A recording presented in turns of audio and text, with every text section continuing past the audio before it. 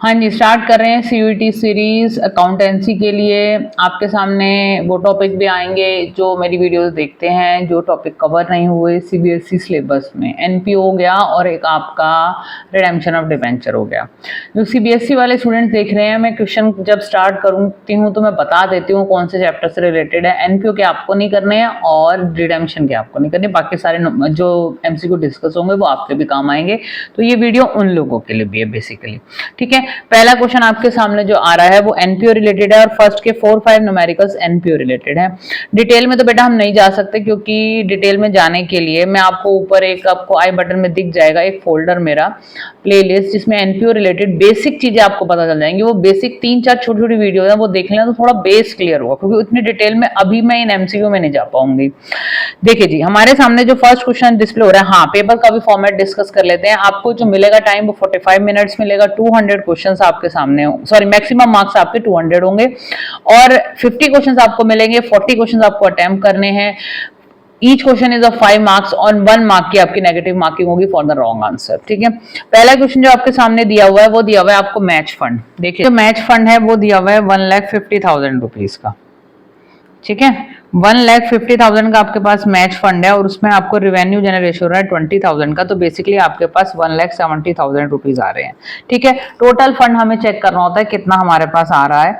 उस फंड में से हम अपने एक्सपेंसेस सेटल करते हैं। तो हमें बताया इन्होंने कि 1,40,000 के हमारे एक्सपेंसेस थे, तो बचा कितना 30,000 रुपीज। ये फंड हमारे पास बचा है और इस 30,000 के फंड को हम अपनी लायबिलिटी साइड पे दिखाएंगे। ये आपका ऑप्शन सी इसका करेक्ट आंसर होगा। तो फंड्स बेसिकली कहाँ जाते हैं, लायबिलिटी साइड में जाते हैं। पहले आप अपने एक्सपेंसेस सेटल करेंगे, अगर आपका कुछ फंड बच जाता है तो वो लायबिलिटी साइड पे रिफ्लेक्ट होगा। सेकंड क्वेश्चन देखिए, सेकंड क्वेश्चन ने बताया society has 400 members each paying annual subscription of ₹100। Subscription का पॉइंट मैं बोलूंगी, ये भी क्वेश्चन करने से पहले ऊपर आपको सब्सक्रिप्शन की छोटा सा ब्रीफ मिल जाएगा, वो देख लेना। डायरेक्टली अगर ये देख रहे हो तो थोड़ा डिफिकल्ट लगेगा, शायद समझ में भी ना आए। देखिए समझ में आ जाए तो बहुत बढ़िया बात है। Subscription due at the end of the year is 7,200। Subscription is a revenue for the club और for the not for profit organisation. तो यहाँ ये भी बताया कि 400 मेंबर्स हैं, 100 rupees per person has to पे, ये क्लियर है। Subscription due at the end of the year 7,200। इस साल सब्सक्रिप्शन मिलना चाहिए था, नहीं मिला, ठीक है। और बताया subscription receive during the year is 38,000। हमें बेसिकली 38,000 का सब्सक्रिप्शन इस साल मिल रहा है। We are recovering this amount. इसके अलावा क्या कह रहे हैं, the subscription received in advance for the next month. Next year का हमें एडवांस निकालना है। देखिए ध्यान से, हमारा 38,000 हमें इस साल मिला, ठीक है। हमें इस साल 7,200 और मिलना चाहिए था, जो नहीं मिला बेसिकली, बट वो बिलोंग तो इस साल से कर रहा है। तो पहले आप चेक करोगे इस साल का आपका बनता कितना है। 38,000 आपको मिला, 72,000 जो नहीं मिला, तो बेसिकली इस साल की अगर आपके पास होना चाहिए पैसा तो 45,200 है आपका। 38,000 आप रिसीव कर चुके हो, 7,200 इस साल से बिलोंग करता है, ठीक है। तो बेसिकली 45,200 आया। अब ऊपर क्वेश्चन बता रहा है कि आपके पास 400 मेंबर्स थे, हर एक का सब्सक्रिप्शन 100 रुपीज था, तो 40,000 रुपीज सब्सक्रिप्शन इस साल से बिलोंग कर रहा है। इस साल का अगर कोई मुझे सब्सक्रिप्शन मिलना चाहिए तो वो 40,000 मिलना चाहिए, लेकिन यहाँ पर जो सिचुएशन बता रही है 45,200 पूरा मिला नहीं है। ये बात ध्यान रखना, आउटस्टैंडिंग वाला पोर्शन नहीं मिला है जो 7,200 वाला। तो हमें निकालना है कि हमें कुछ एडवांस तो नहीं मिल गया, तो बिल्कुल एडवांस मिल गया था हमें कुछ। तो वो हमारा 45,200 में से 40,000 माइनस किया तो 5,200 हमें एडवांस मिला। ऑप्शन देखें हमारा, बिल्कुल हमारा बी ऑप्शन करेक्ट है। इस पॉइंट के लिए ना I must suggest please subscription की पूरी कैलकुलेशन ध्यान से देखिएगा। शेयर करूंगी ऊपर आई बटन में मैं आपके लिए, ठीक है। अब आगे देखिए, in Saima sports club there was 450 members. मैं ये साथ के साथ मुझे रब भी करना पड़ेगा क्योंकि यहीं पे मैं वर्किंग दिखा रही हूँ आपको। देखिए जी, in Saima sports club complex there were 450 members each paying an annual subscription of 100 each. Subscription of 20,000 was received in advance for the next year and 15,000 was outstanding for the previous year in the beginning of the year. The amount to be credited to income and expenditure account will be. देखिए जी, income and expenditure account जो बनता है वो accrual base of accounting पे बनता है। इस साल का जितना रिसीव हुआ वो आएगा और कोई एडवांस अगर उसमें एडजस्टेड है बिल्कुल वो रिमूव होगा क्योंकि वो इस साल से बिलोंग नहीं कर रहा। 12 मंथ्स का ही हम दिखा सकते हैं। तो चलिए जी, इसकी हम वर्किंग हमारे लिए बहुत ही इजी इसकी हो जाती है। तो क्लियरली है कि there are 450 members each paying annual subscription. 450 members थे, हर एक को 100 रुपीज पे करना है, तो 45000 इस साल का जो एनुअल सब्सक्रिप्शन बनता है 45,000 बनता है, सीधा का सीधा, क्योंकि ये हमें मिलना चाहिए। और जितना हमें मिलता है कैश बेसिस पे नहीं होता, जितना हमें मिला वो चेक करना पड़ता है, उसमें अगर कुछ आउटस्टैंडिंग है तो वो वापस ऐड करनी पड़ती है, उसके बाद हमारी अमाउंट आती है। इसमें नीचे एडजस्टमेंट तो बहुत सारी दी हुई थी, लेकिन हमें तो क्लियरली हमसे पूछा कि इनकम एंड एक्सपेंडिचर में क्या जाएगा। इनकम एंड एक्सपेंडिचर के इनकम कॉलम में जो हमारे इस 12 मंथ्स का बनता है तो वो तो क्लियर है, 450 मेंबर हैं, 100 रुपए के हिसाब से 45,000 रुपए बनता है, वो हम दिखाएंगे। तो ये हमारा हो गया, ठीक है। इसके बाद हम क्वेश्चन नंबर 4 देखते हैं। In the hospital the opening stock of medicine were 45,000 and the closing stock of medicine is 22,000। During the year 1,53,000 worth of medicine was purchase. The amount of medicine consume to be debited to income and expenditure account will be. Medicine consume निकालने के लिए हमें क्या करना पड़ता है, opening stock of medicine लेना पड़ता है, जो कि हमें 45,000 रुपीज का गिवन है। उसके बाद अगर हमारे पास कोई परचेज है तो बिल्कुल हम जो भी परचेजेस हैं वो करेंगे ऐड, और क्लोजिंग स्टॉक हमारा है तो वो क्लोजिंग स्टॉक हम करेंगे लेस। तो हमारी मेडिसिन कंज्यूम निकल के आ जाएगी। कैलकुलेट भी करके देख लेते हैं क्या वैल्यू आती है, फिर हम मार्क करते हैं। तो बेसिकली वैल्यू जो आ रही है 1,76,000 रुपीज आ रही है, हमारा ए वाला करेक्ट है, ठीक है जी। इसके बाद हमारा आता है question number 5।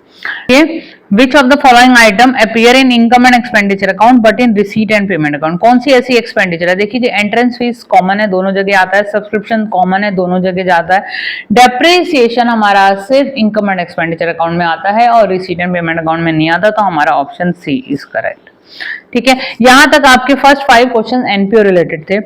ABC are partners in a firm sharing profit and loss in the ratio of 2:2:1। हम थोड़ा सा रब कर लेते हैं, स्पेसिंग मुझे बार बार बनानी पड़ेगी, sorry. ABC are partners in a firm sharing profit and loss in the ratio of 2:2:1. Profit for the year amounting to rupees 1,60,000.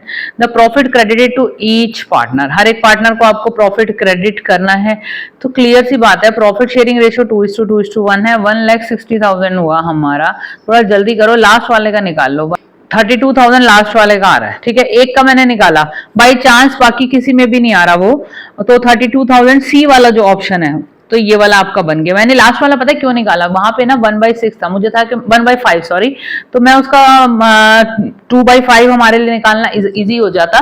तो जल्दी करना ना, आपको टाइम सेव करना है, तो किसी एक का निकाल लो, किसी दो का भी निकाल लो फटाफट, तीसरे का निकाल के क्या करना है, एमसीक्यू तो सॉल्व करना है।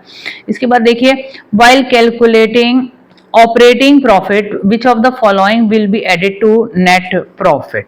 आपका क्वेश्चन नंबर 7 ये है। तो देखिए जी, जब भी हम ऑपरेटिंग प्रॉफिट कैश फ्लो में निकालते हैं, discount on issue of debenture बिल्कुल कंसिडर होता है, डेप्रिसिएशन भी हमारा कंसिडर होता है, loss on sale of asset भी हमारा कंसिडर होता है। तो ऑल ऑफ द अबव हमारा 7th का आंसर हो गया। Rent paid to the partner is debited to, जो भी रेंट पार्टनर को पे किया जाता है दैट इज अ चार्ज, और charge will be shown in P&L account. 8th का हमारा हुआ B. Which account are open when partners have fluctuating capital. अगर पार्टनर्स की फ्लक्चुएटिंग कैपिटल है तो बस कैपिटल अकाउंट बनता है, कब करंट का तो कोई मतलब ही नहीं है। आगे देखिए 10th question. Capital employed by the firm is 5 lakh, its average profit is 60,000, the normal rate of return is similar to the 10%, the amount of super profit आपको कैलकुलेट करनी है, ठीक है। हमारे को एवरेज प्रॉफिट गिवन है, सुपर प्रॉफिट निकालने के लिए हमें सबसे पहले चाहिए नॉर्मल प्रॉफिट। नॉर्मल प्रॉफिट का फॉर्मूला होता है कैपिटल एम्प्लॉयड, जो हमारे को गिवन है 5 लाख, उसका निकालेंगे 10%, तो आगे आपका 50,000, ठीक है। सुपर प्रॉफिट निकालने के लिए आपको क्या करना है, average profit minus normal profit. Average profit आपको 60,000 गिवन है, नॉर्मल प्रॉफिट आपका आया 50,000, तो बेसिकली आपका आंसर आ गया 10,000। ये हो गया आपका 10th क्वेश्चन, और 10,000 आपका इसमें आंसर आया, और बी वाला आपका करेक्ट है। 10 क्वेश्चन हम कर चुके हैं, ठीक है। मेरे साथ साथ मैं कोशिश कर रही हूँ, पता नहीं बना पाऊँ ना बनाऊँ, पर मेरा प्लान है कि मैं 5 पेपर बिफोर CUT आपको दे दूं। ये फर्स्ट पेपर आज अपलोड हो रहा है। चलिए जी, अब क्वेश्चन नंबर 11th करते हैं, ठीक है। आगे देखिए, क्वेश्चन नंबर 11 में बताया है फर्म अर्न्स 2,20,000 रुपीज, ठीक है जी। The normal rate of return is 10%, the assets of the firm amounting to rupees 22 lakh and the liabilities are 2 lakh. Value of goodwill by capitalisation of average profit. Capitalisation of average profit में आपको सबसे पहले क्या निकालनी पड़ती है, capitalised value of average profit. उसके लिए आपको क्या करना होता है, जो आपको प्रॉफिट गिवन है, एवरेज प्रॉफिट जो आपको गिवन होता है, एवरेज प्रॉफिट बेसिकली गिवन है, दैट इज 2,20,000। ठीक है जी, 2,20,000 आप लेंगे, उसका आपको निकालना है डिवाइडेड बाय 10 इंटू 100 करेंगे।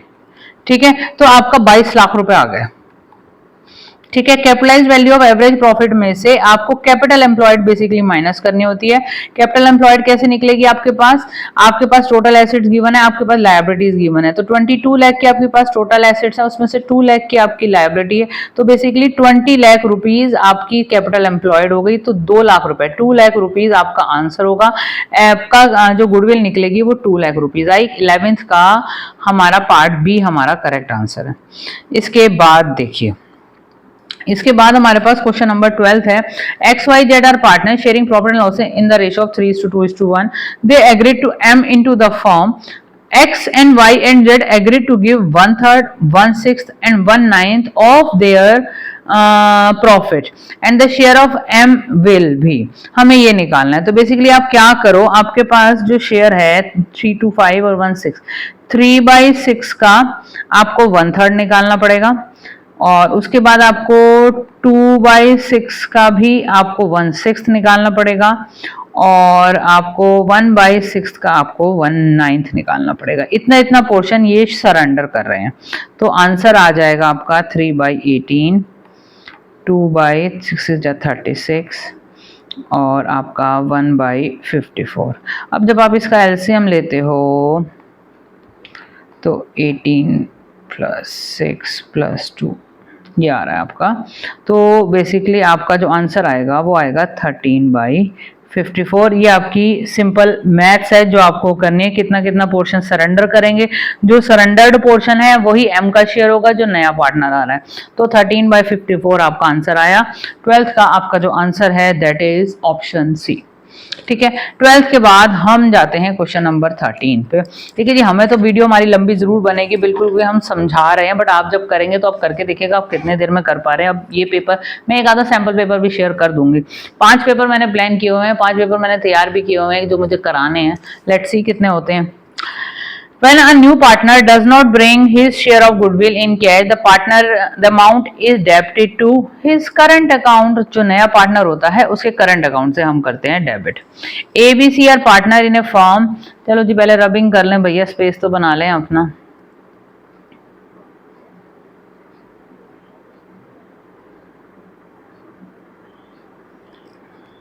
चले, AB are partners in a firm with a capital of 1,80,000 and 2 lakh. C was admitted for 1/3 share in profit and bring 3,40,000 as capital. Calculate the amount of goodwill. हमारे को यहाँ पे hidden goodwill का case है, उसमें होता था value of the firm equals to total capital plus goodwill, ये हमारा फॉर्मूला होता था।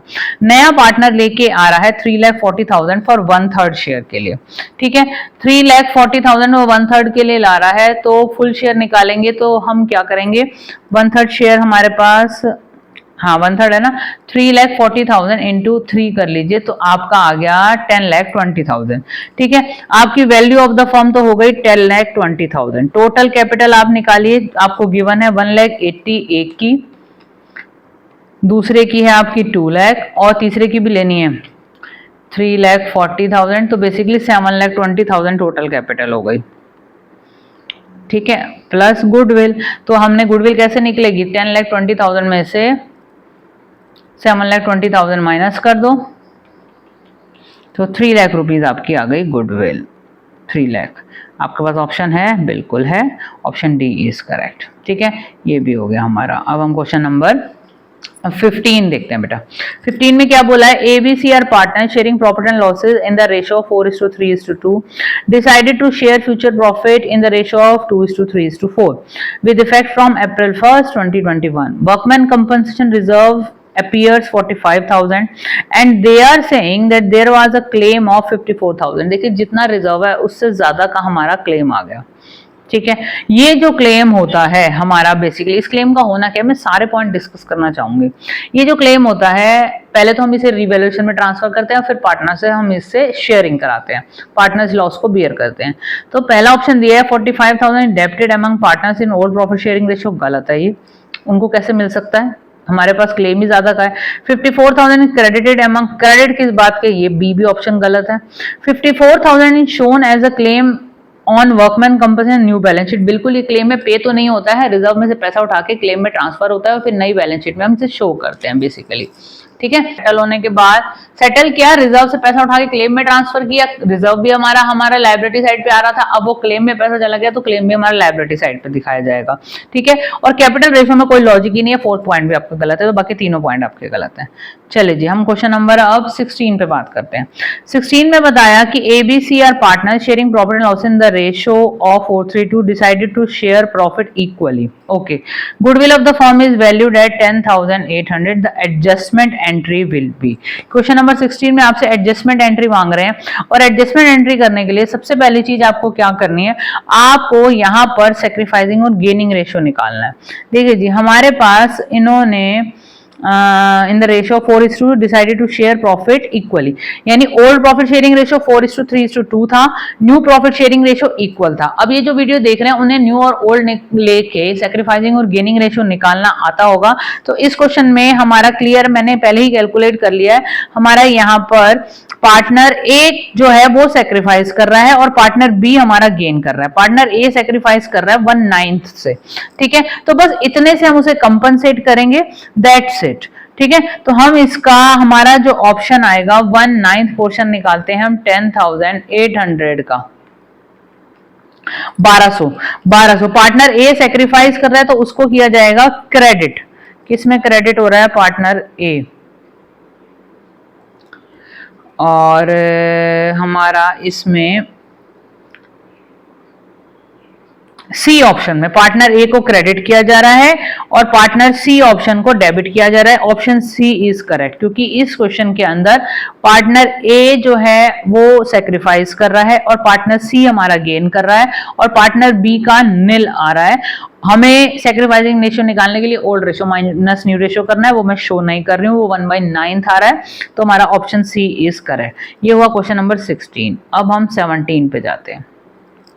चले जी, 17th करते हैं। 17 में हमें क्या बताया है? C share in the firm is 3/12, he retired and his share is taken by partner A and B in the ratio of 3:2। ये मैं करके दिखा देती हूँ, अच्छा क्वेश्चन है, जो अच्छा है अब उसके लिए तो मैं अपना कैनवस यूज कर ही रही हूँ। ठीक है जी, अब इन्होंने क्या बताया कि हमारा 3/12 पोर्शन है जो सी का शेयर है। इन्होंने बताया ही रिटायर्ड है, his share is taken by partner A and B in the ratio of 3:2। तो 3/12 का 3/5 और 3/12 का आपको 2/5 करना पड़ेगा, तो ये हमारा बेसिकली निकल के आता है 9/60 और 6/60। ठीक है, इसके बाद बोला new ratio between A and B is 17:13। New ratio आपको बताया है पार्टनर, हम पहले ए की बात करते हैं। ठीक है, 17/30, उसमें से 9/60 जो आपका हो रहा है सरेंडर, तो बेसिकली जो आंसर आ रहा है वो 5/12 आ रहा है।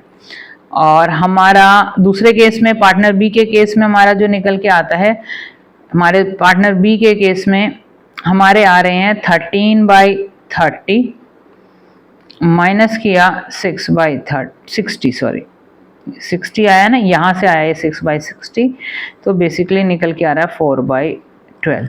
तो आपका ये C share in the firm is retired and his share is taken by partner A and B.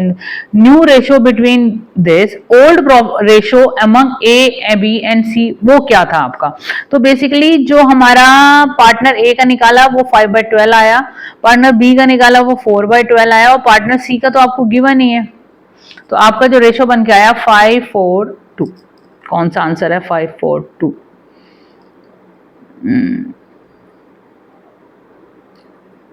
5:4:3, sorry 5:4:3, C option आपका आ गया। ठीक है जी, इसके बाद हम क्वेश्चन नंबर 18 पे वर्क करते हैं। हमारे 18 में बताया at the time of retirement valued goodwill will be adjusted in. जो गुडविल हम वैल्यूएशन लगाते हैं वो कौन से रेशियो में एडजस्ट होती है और हमारी जो एग्जिस्टिंग गुडविल होती है वो कौन से में होती है? तो वैल्यूड गुडविल तो हमारी सेक्रीफाइसिंग रेशियो में होती है और एडजस्टेड जो पुरानी गुडविल होती है, जो ओल्ड गुडविल एग्जिस्टिंग गुडविल होती है, वो राइट ऑफ होती है हमारे ओल्ड में। तो बेसिकली इसमें भी option C is correct, sacrificing and old. ठीक है जी, अब ये वाली वर्किंग मुझे रब करनी पड़ेगी।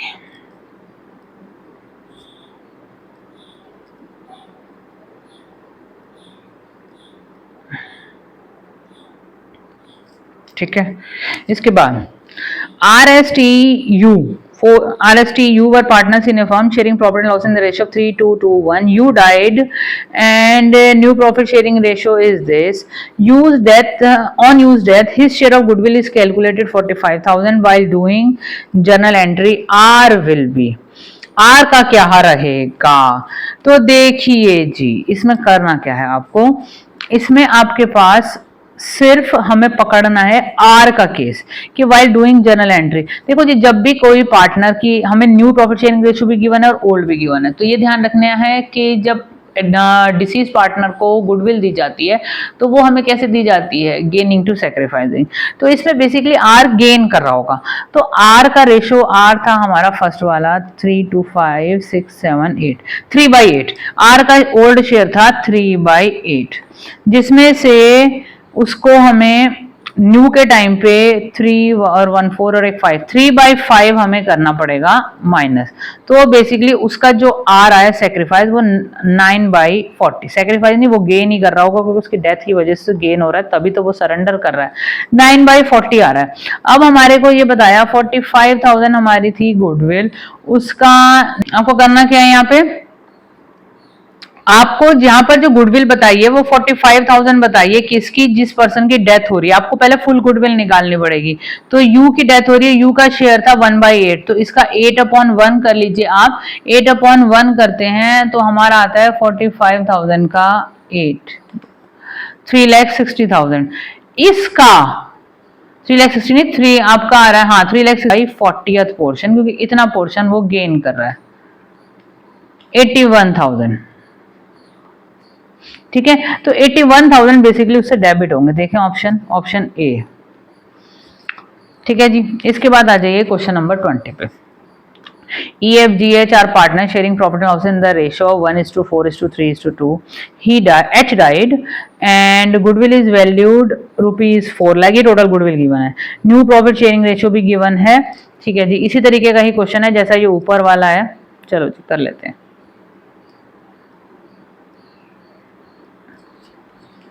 ठीक है, हमारे पास हमें इस केस में पूछ रहे हैं एफ के केस में, the new ratio among E F and G is this in journal entry F will be. F का क्या होगा, एफ का पहले ना ओल्ड शेयर निकालो बेटा।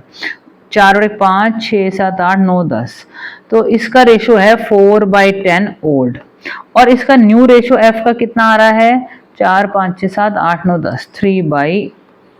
4/10 माइनस 3/10 करते हैं तो 1/10 आ रहा है। ठीक है, 1/10 से ये भाई साहब जी कर रहे हैं सेक्रीफाइस। ठीक है, अब ये जब सेक्रीफाइस कर रहे हैं तो ऑब्वियसली हमारे पास 4 लाख रुपए की गुडविल है, उसका हम 1/10 पोर्शन निकालते हैं तो उसको क्रेडिट कितना पैसा मिलेगा, उसको कितना पैसा मिलेगा, उसको क्रेडिट करना पड़ रहा है क्योंकि वो सेक्रीफाइस कर रहा है, इसीलिए हमारा ऑप्शन इज करेक्ट। 40,000 उसके अकाउंट में होंगे क्रेडिट। क्वेश्चन नंबर 21 देखिए। अब realisation account is prepared to ascertain profit and loss on realisation of assets, profit and loss on repayment of liability, A and B both and none of the above. तो भाई हमें तो question number 21 में profit and loss on realisation of assets और profit and loss on repayment of liability दोनों ही case हमारे cover हो रहे हैं, क्योंकि उसमें एसेट्स और लायबिलिटी दोनों ही ट्रांसफर होती हैं, तो ऑप्शन सी इज करेक्ट। ठीक है, आगे आइए क्वेश्चन नंबर 22 में बोल रहे हैं identify the asset which is not transfer to realisation account from the following. Cash in hand वो कहाँ जाता है, उसका तो अलग लेजर बनता है। अच्छा जी, क्वेश्चन नंबर, बाकी बिल्स रिसीवेबल ट्रांसफर होता है, गुडविल भी ट्रांसफर हो जाती है, प्रीपेड भी ट्रांसफर होते हैं। Which of the following should be recorded in realisation account. कौन से हमारे रिकॉर्ड होते हैं और कौन सा नहीं होता है। बैंक ओवरड्राफ्ट भैया, एडवर्टीजमेंट सस्पेंस जाएगा, फ्री रिजर्व जाएंगे, P&L भी जा सकते हैं, क्योंकि ये दो तरीके से होता है, ये सारे के सारे जाएंगे। बैंक ओवरड्राफ्ट तुम्हारे बैंक अकाउंट में डेबिट साइड पे क्रेडिट साइड पे रिफ्लेक्ट करेगा, ये हमारा नहीं जाएगा रियलाइजेशन में। अच्छा जी, इसके बाद क्वेश्चन नंबर 24 देखिए। 24 में बताया कि if vendor was issued fully paid shares of ₹8 lakh in consideration of the net assets of 6 lakh. हमारे पास 6 लाख की एसेट्स आ रही हैं, ठीक है, sundry assets account debit to vendor account में हमारे 8 लाख आ रहे हैं, तो जो डिफरेंस होता है वो जो हमारा 2 लाख रुपए का आया है वो कौन से अकाउंट में जाएगा बच्चे, वो तो गुडविल है, डेबिट साइड पे डिफरेंस आ रहा है, debit to goodwill account. 24 question done. Done, फटाफट हो गया। 24 के बाद 25 पे जाते हैं बेटा, जल्दी जल्दी करते हैं थोड़ा सा। 25 में विच of the following statement is true? Authorised capital हमारी इशूड कैपिटल से कम होती है। नो, ऑथराइज्ड कैपिटल हमेशा इशूड कैपिटल से ज्यादा होती है, इक्वल भी हो सकती है बट ज्यादा होती है। 25 का option B is correct. Question number 26 में क्या कह रहे हैं? Those preference shares which do not enjoy the right to share additional profit come under the category of, कि भैया आपके those preference share which do not enjoy the right to share additional profit and comes under which category, तो वो हमारे होते हैं non participating, क्योंकि वो पार्टिसिपेट नहीं कर रहे तभी तो प्रॉफिट उनकी शेयरिंग नहीं है। नॉन पार्टिसिपेटिव प्रेफरेंस शेयर यानी कि आपका ऑप्शन डी इज करेक्ट। इसके बाद क्वेश्चन नंबर 27 लेते हैं। Reserve capital is also known as, reserve capital हमें और इसे हम क्या कहते हैं? ना तो वो कैपिटल रिजर्व है, ना ही वो subscribed and fully paid up capital है, ना ही सब्सक्राइब बट नॉट फुल्ली, वो किसी में भी नहीं है, वो नन ऑफ द अबव है बच्चे, रिजर्व कैपिटल। अब क्वेश्चन नंबर 28 पे स्टडी करते हैं। हाँ जी, प्रोराटा सब आ गया है, चलो जी निकालते हैं क्या कह रहे हैं। H limited has allowed 20,000 shares to the applicant of 28,000 shares on pro rata basis. इन्होंने किया क्या? इन्होंने 28,000 शेयर्स जिन्होंने मांगे उन्हें 20,000 शेयर्स दिए। The amount payable on application is to as applied for, देखो अब लिख लेते हैं थोड़ा थोड़ा कि हमने 28,000 वाले को हमने 20,000 दिए, 8,000 शेयर्स का हमारे पास एडवांस आया हुआ है 2 रुपीज के हिसाब से 16,000, ये एक्स्ट्रा अमाउंट हमारे पास आई हुई है, ठीक है। अब the number of shares allotted and the amount carried forward for adjustment against allotment money due from S. अब एक पार्टनर था जिसने अप्लाई किए थे, पार्टनर नहीं सॉरी शेयर होल्डर, जिन्होंने 840 शेयर्स के लिए अप्लाई किया था। 840 शेयर्स के लिए अप्लाई किया था तो पहले इसके अलॉटेड निकाल लो, तो बेसिकली अप्लाइड से डिवाइड करके हम अलॉटेड निकालते हैं, ठीक है। तो जब हम इसके अलॉटेड निकालते हैं तो 600 शेयर्स आ रहा है। अब 840 के लिए अप्लाई किया, उसको 600 शेयर्स मिले, तो बेसिकली उसने 240 शेयर्स का उसका एडवांस पैसा आया हुआ है 2 रुपीज के हिसाब से 480 rupees, that advance will be adjusted. देखें जी कौन सा ऑप्शन है ये हमारे पास 480 वाला, हाँ 28 का ऑप्शन डी इज करेक्ट, हमारे 600 शेयर्स भी निकल गए, ठीक है। अब हम क्वेश्चन नंबर 29 पे वर्क करते हैं। Which difference to debentures pick the odd one. देखिए जो डिवेंचर्स होते हैं वो सिक्योर्ड इंस्ट्रूमेंट्स होते हैं, वो स्पेसिफाइड रिटर्न भी देते हैं क्योंकि उसकी परसेंटेज गिवन होती है, वो लोन कैपिटल ही है, लोन पे ही वो कैपिटल बिजनेस के लिए फाइनेंस हो रही है, वो इंटरनल इक्विटी नहीं है, तो ऑड वन हमारा इसका 29 का बी हो गया। आगे देखिए question number 30। Purchase consideration can be paid partly bye, कैसे हम परचेज कंसिडरेशन को पे कर सकते हैं? देखो जी हम चेक्स में भी पे कर सकते हैं, हम acceptance bills receivable bills payable वाला भी चलता है हमारा, यानी बिल्स पेबल के थ्रू भी कर सकते हैं, और issue of debenture at par premium और डिस्काउंट भी, तो ऑल ऑफ द अबव है भाई। 30 में 31 करते हैं अब हम। 31 में क्या कह रहे हैं? आकाश लिमिटेड परचेज्ड एसेट्स फ्रॉम चरण लिमिटेड फॉर ₹3,60,000 और उसे उसने दिए हैं debentures eight a premium, the number of debentures offered. देखिए जी कैलकुलेशन तो हमें करनी पड़ेगी बच्चे, हमारे पास जो एसेट आ रही हैं वो 3,60,000 की आ रही हैं, ठीक है। इसके बाद क्या कह रहे हैं कि हम उसे प्रीमियम पे दे रहे हैं, प्रीमियम पे दे रहे हैं 100 रुपए का शेयर, 20% प्रीमियम यानी 120 रुपीज का, तो 3,60,000 डिवाइडेड बाई 120, तो बेसिकली हमारे पास जो ऑप्शन आ रहा है वो 3,000 शेयर्स का आ रहा है। 31 में हमारे 3,000 शेयर्स, सॉरी डिबेंचर्स। इसके बाद आपके पास क्वेश्चन नंबर 32 आ रहा है और ये आपके रिडेम्पशन चैप्टर का है। State Bank of India issued 30,000 6% debenture of 100 each at a premium of 10% redeemable after 5 year, the amount transfer to debenture redemption reserve. एक तरीके का रिजर्व बनता है debenture redemption reserve, 25% of the face value of debentures. लेकिन अगर वो banking company है जो डिबेंचर इशू कर रही है तो उनके पास ये एक रिलैक्सेशन है, they don't have to create debenture redemption reserve, तो उन्हें नहीं करना होता। Normally everyone has to create, सबको क्रिएट करना होता है एक्सेप्ट बैंकिंग कंपनीज, तो उनका डिबेंचर रिडेम्पशन रिजर्व में कुछ नहीं जाएगा, उन्हें क्रिएट करने की रिक्वायरमेंट नहीं है।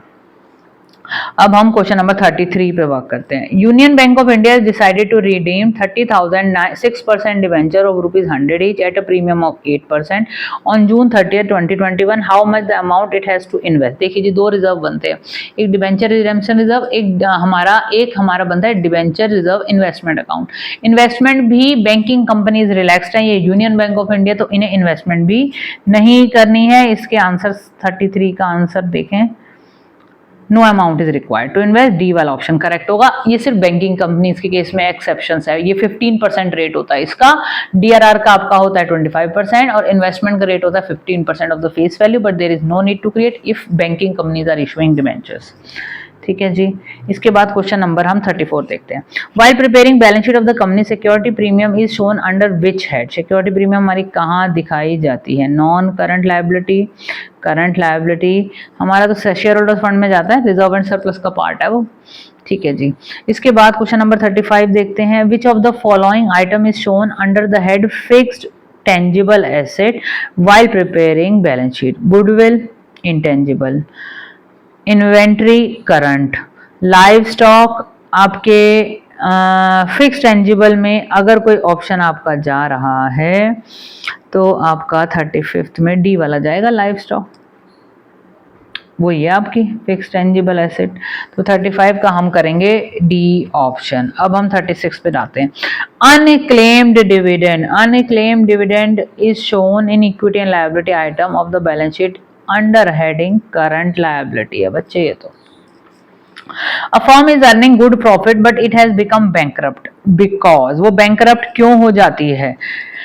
The firm has positive net income but has failed to generate cash from operation। इसमें आपका जो B वाला ऑप्शन है that is correct। A firm is earning good profit but it becomes bankrupt। तो the firm has positive net income but has failed to generate cash from operation। अब business से revenue generate नहीं कर पा रहा है, this is the reason. 38 के बाद 37 के बाद हम करते हैं अपना 38। The process of comparing various financial factor of the company over a period of time is termed as intra-firm comparison। 38 का ऑप्शन हो गया डी। ये आपने थर्ड बुक के सेकेंड चैप्टर में थ्योरी में पढ़ा होगा। अब हम 39 पे बात करते हैं। The main objective of common size statement is, common size statement basically क्यों बनती है? To present the changes in various item, to provide a common base, बिल्कुल, to establish relationship between all of the above है बेटा। 39 में भी सारे option जो हैं वो करेक्ट है। क्वेश्चन नंबर 40 देखिए। The main objective of common size statement of the profit is to present changes, नहीं, एसेट्स एंड लायबिलिटी, टू जज the financial, to establish relationship between revenue from operations. जी, option C is correct. To establish relationship between revenue from operations and other item of statement of profit and loss. तो इसमें आपका option C is correct. Question number 41 देखिए। 41 में क्या कह रहे हैं? Which ratio is complementary to each other? Current and liquid, नहीं भाई। ग्रॉस एंड नेट प्रॉफिट, बिल्कुल भी नहीं, अलग अलग चीजें। ट्रेड रिसीवेबल, ट्रेड पेबल, बिल्कुल ही उल्टे हैं, कोई भी नहीं है भैया, कोई कॉम्प्लीमेंट्री नहीं है। 42 देखिए। 42 में कह रहे हैं if liquid ratio has, sorry liquid ratio नहीं है, LR लिमिटेड है ये, हैज टोटल डेट्स ऑफ 3,70,000 और हमारे पास लॉन्ग टर्म डेट्स हमें बताए हैं 2 लाख, वर्किंग कैपिटल इज 1,80,000। तो आपको करंट रेशियो बेसिकली निकालना है। तो सबसे पहले काम क्या करो, करंट लायबिलिटी निकालो। करंट लायबिलिटी निकालने के लिए देखो जी, आपको टोटल डेट गिवन है 3,70,000 के, जिसमें से लॉन्ग टर्म डेट आपको 2 लाख के बताए, तो आपकी जो करंट लायबिलिटी आई वो 1,70,000 आ गई। और आपको वर्किंग कैपिटल गिवन है। वर्किंग कैपिटल फॉर्मूला क्या होता है? Current assets minus current liability. ठीक है, वर्किंग कैपिटल आपके पास 180 है, करंट एसेट आपके पास नहीं है, निकालने को कह रहे हैं ना, मतलब करंट एसेट तो निकालनी पड़ेगी। करंट लायबिलिटी हुई हमारी 170। ठीक है, तो हमारे पास 180 प्लस 170, 3,50,000 करंट एसेट्स आ गई। अब 3,50,000 हमारे पास करंट एसेट्स है और 1,70,000 हमारी करंट लायबिलिटी है। तो इसका जो रेशो आ रहा है 2.06:1 निकल के आता है, काट के देख लीजिए। 42 का ऑप्शन सी इज करेक्ट। मैं साथ साथ सॉल्व कर रही हूँ आपके, आप करके देखिएगा। और लगता है कि आपको लगता है कि मुझे एक और वीडियो बनानी चाहिए क्योंकि इट्स वेरी एग्जॉस्टिंग, बहुत टाइम कंज्यूमिंग है और लंबी भी वीडियो बन रही है, बट क्या करूं, मैंने वीडियो उठा लेके पूरा एक पेपर सॉल्व करती हूँ। देखते हैं, अगर मुझे पॉजिटिव रिजल्ट मिला तो बिल्कुल और बनाऊंगी। The best definition of capital employed in calculating the rate of return. हाँ, इसमें हमारे पास जो फॉर्मूलेज गिवन है, हमारा जो फॉर्मूले है कैपिटल एम्प्लॉयड की, मैं ऊपर आई बटन में एक शेयर कर दूंगी, वीडियोस में डिटेल में बता रखा है, अभी मैं डिटेल में नहीं जा रही तो वीडियो बहुत लंबी हो रही है। तो working capital plus non current assets is our formula होता है जो हम कैपिटल एम्प्लॉयड कैलकुलेट करते हैं। 3 तरीके से बेसिकली निकलता है, मैंने कंप्लीट वीडियो बना रखी है, 5-7 मिनट की है, क्लियर हो जाएगा। 44th, a firm's current ratio is 1.75:1. If current liabilities are 80,000 then its working capital will be, solve करें जी, इसको भी करके दिखाना पड़ेगा। हम दिखा रहे हैं, आप लोग बोर्ड के पेपर दे चुके हैं, आपको ये करना आता होगा, नहीं करना आता है तो सॉल्यूशन देख लीजिए, नहीं तो आगे बढ़ जाइए, अगला क्वेश्चन देखिए, क्योंकि इंपॉर्टेंट क्वेश्चंस लेके आई हूँ बच्चे, एक बात ध्यान रखना। 1.75:1, पैटर्न बिल्कुल ऐसे ही आना है, इक्वल्स टू, हमारे को इस क्वेश्चन में करंट लायबिलिटी गिवन है और करंट एसेट्स हमें नहीं गिवन है, मैंने ले ली x, ठीक है, क्रॉस मल्टीप्लिकेशन कर लीजिए, 80,000 इंटू 1.75 इक्वल्स टू x, तो ये बेसिकली निकल के आता है 1,40,000, ठीक है। ये हमारी आई, हमसे मांगा क्या है, वर्किंग कैपिटल। ये निकलने के बाद हमारे पास करंट एसेट्स आ गई, करंट लायबिलिटी हमारे पास 80,000 की गिवन थी, तो हमारे पास 60,000 की working capital, option C is correct. Question number 45 भी हो गया डन, ज़्यादा क्वेश्चन बचे नहीं है, बस निपटने वाले हैं, 5 क्वेश्चन और बचे हैं, प्लीज थोड़ा सा पेशेंस और करके 5 क्वेश्चन और कर लो मेरे साथ। Which of the following will not lead to decrease in cash and cash equivalent, किसकी वजह से cash and cash equivalent decrease नहीं, ये क्वेश्चन नंबर 45 बच गया, सॉरी पहले 44 हुआ हमारा, ठीक है। Firms working capital is 90,000, current ratio is 3:5:2, इसको भी सॉल्व करके दिखाई देते हैं। चलिए मेरे साथ साथ कर लो, अच्छा क्वेश्चन है यार, करने में कुछ नहीं जा रहा, हमारा आना ही है। हमारे को रेशियो बताया है 3.5/2, current assets divided by current liability. अब इन्होंने बोला है कि जो वर्किंग कैपिटल है ना, इसमें the firms working capital is 90,000, ठीक है। अब आप ध्यान से देखना, ये 3.5:2 है, तो बेसिकली ये करंट एसेट्स है, अगर 3.5 तो 2 आपकी करंट लायबिलिटी है, तो यहाँ पर स्टेटस बता रहा है 1.5 इज द वर्किंग कैपिटल, ऐसे करेंगे। व्हेन वर्किंग कैपिटल इज 1.5, उस टाइम पे हमारा जो सिचुएशन है करंट एसेट्स का वो है 3.5। जब हमारी वर्किंग कैपिटल हो जाती है 1, तो हमारे यहाँ सिचुएशन हो जाता है 3.5 डिवाइडेड बाय 1.5। जब हमारी वर्किंग कैपिटल हो जाती है 90,000, तो 3.5 डिवाइडेड बाय 1.5, ये सिंपल मैथ्स है, 90,000 करेंगे तो हमारा जो ऑप्शन आता है, कैलकुलेट कर लूँ जरा, 3.5 डिवाइडेड बाय 1.5 इंटू 90,000, तो वैल्यू आ रही है 2,10,000, करंट एसेट 2,10,000 निकल आई, जो ऊपर रेशो बनाया उसके बेस पे निकालिए। 45th हो गया। अब 46th, which of the following will not lead to decrease in cash and cash equivalent, किसकी वजह से cash and cash equivalent decrease नहीं होता, भाई डेटर इंक्रीज हो रहे हैं, इनफ्लो है, इंक्रीज इन इन्वेंट्री, उसके बाद हमारे पास increase in bills payable, increase in prepaid, तो आपका ऑप्शन हो गया 46th का सी ऑप्शन, हमारी बिल्स पेबल इंक्रीज हो रहे हैं, पे थोड़ी कर रहे हो, तो which of the following will not lead to decrease थोड़ी हो रहा है इसकी वजह से। इन्वेंट्री खरीद रहे हो तो पे ऑफ करोगे कैश, और which of the following will not lead to decrease, किसकी वजह से डिक्रीज नहीं होगा, तो बिल्स पेबल पेमेंट नहीं कर रहे हो, इसकी वजह से आपका सी ऑप्शन आपका इसमें करेक्ट हुआ, बिल्स पेबल की वजह से आपका cash and cash equivalent decrease नहीं होगा। अब ये जो लास्ट केस स्टडी बच्चे गिवन है ना, वो भी आपको एनपीओ की गिवन है, एनपीओ आता है बहुत ज़्यादा, अभी आपने किया नहीं है, डिटेल में करना बनता है वो चैप्टर, बाकी कितने बच्चे करेंगे दैट मैटर्स। रबिंग कर रही हूँ, कोई क्वेश्चन करने वाला ना आ जाए। चलिए जी, मैं पहले स्टोरी नहीं पढ़ रही, मैं सीधा क्वेश्चंस पे जा रही हूँ, 47, फिर स्टोरी देखते हैं क्या आपको केस स्टडी दी हुई है। The amount of 50 lakh received from mister Manohar towards building and mess should be transfer to, building और मेस में जो आपका आ रहा है, the amount of 50 lakh receive from mister Manohar towards building and mess should be transfer to, कहां पर वो आपका ट्रांसफर होगा,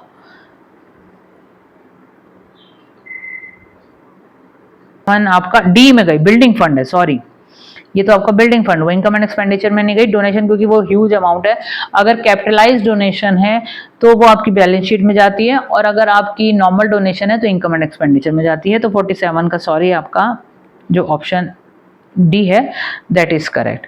उसके बाद जाते हैं क्वेश्चन नंबर 48 पे।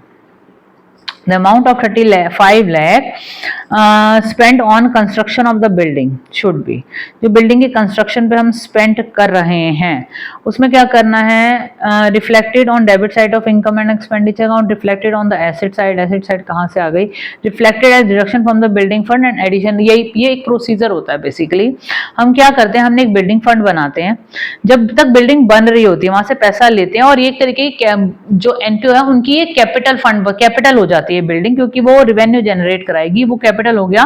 तो प्रोसीजर होता है कि बिल्डिंग फंड में से माइनस करके इसको हम कैपिटल फंड में ऐड कर देते हैं, क्योंकि now it is considered as capital fund. तो ऑप्शन जो है, on the basis of the given information choose which of the following item stands true. 48 का हमारा बना बोथ सेकंड, ये तो हुआ ही। और देखिए जी, अब क्वेश्चन नंबर 48 पे जाते हैं। The amount of 35 lakh spent on the construction of the building should be reflected. कैसे रिफ्लेक्ट करेगी, और on the basis of given information choose which of the following stands true. कौन सा स्टैंड्स ट्रू कर रहा है, देखिए जी पॉइंट्स पढ़ते हैं। Reflected on debit side of, नहीं भाई, reflected on asset side of balance sheet. The amount of 35 lakh spent on the construction, building बन के आ रही है, बिल्कुल asset side of balance sheet पे भी जाएगी, और रिफ्लेक्टेड एज डिडक्शन, हाँ ये second and third option, C option correct है। देखिए जी, एक प्रोसीजर होता है बिल्डिंग फंड के केस में कि आपकी बिल्डिंग फंड पहले तो लायबिलिटी होती है, अब वो बिल्डिंग बन के तैयार हो गई है तो एक तो वो आपके एसेट बन गई, दूसरा वो आपका कैपिटल फंड भी होगा और वो वहां रिफ्लेक्ट करेगी। ये प्रोसीजर बुक में दिया हुआ है, ठीक है जी। अब हमारे दो क्वेश्चन बचे। The amount of subscription in arrear on 1 अप्रैल 2020 को हमारा क्या एरियर था, चेक करना पड़ेगा, ऊपर सारी वर्किंग देखनी पड़ेगी। और एक मिनट, इसमें हमारी इन्होंने बताया इस साल का 2020 का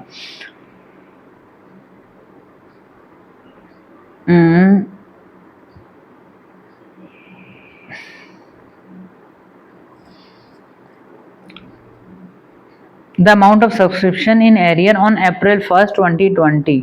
हमारे पास 2020 का भी डेटा है, 2021 का भी डेटा है। तो ऑन 1 अप्रैल 2020 हमारी सिचुएशन क्या बताती है, यहाँ पर देखिए आप, ये मैं लाइन अंडरलाइन कर रही हूँ, एनपीओ, सॉरी यहाँ पर ये देखिए, ये पॉइंट हमें लेना है। NPO has 2000 regular members, 2000 regular members थे और उन्होंने 2000 पर एनम बेसिकली हमको देना है। तो बेसिकली हमारे पास जो पैसा जनरेट होगा ये रेवेन्यू जनरेट होगा।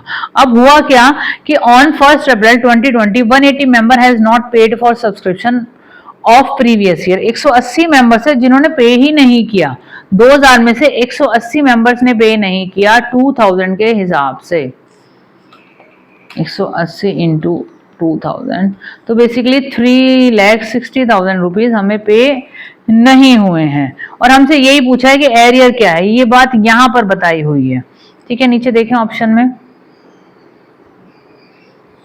हाँ 49 का ए वाला आपका सही है। क्वेश्चन नंबर 50 पे भी आ जाइए। 50 में क्या बोला था, amount of subscription in arrear on 31 मार्च 2021, अगले साल का एरियर पूछ रहे हैं, अगले साल का भी एरियर देख लेते हैं। ऑन 31 मार्च 2021 डेटा यहाँ दिया हुआ है। 110 मेंबर है outstanding balance including 50 who has paid in 2019-20 and 25 member has paid for 21-22 in advance including 5।